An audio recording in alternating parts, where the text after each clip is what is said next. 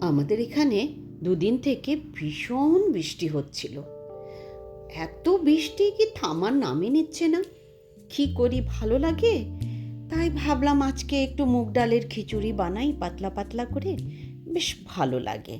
তাই একটু গাজর আর আলু দিয়ে বেশ ঝাল ঝাল করে খিচুড়ি বানালাম।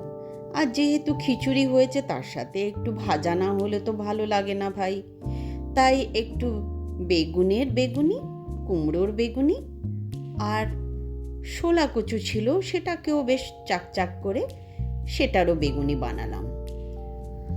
আর কুমড়ো ফুল ছিল বাড়িতে, লঙ্কারও একটা বেগুনি বানালাম। সেই কুমড়ো ফুলেরও দুটো বড়া করলাম। আর একটা বাঁধাকপি ছিল, সেই বাঁধাকপি দিয়ে একটা সুন্দর মাখো মাখো তরকারি বানালাম। এই যে কুমড়ো ফুলের বড়া দুটো দিয়ে দিলাম, তারপরে আমের চাটনিটাও দিয়ে দিলাম। আর চাটনি না হলে কি আর খিচুড়ি জমে?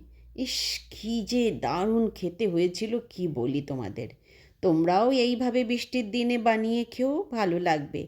আর আমার চ্যানেলটা সাবস্ক্রাইব করো।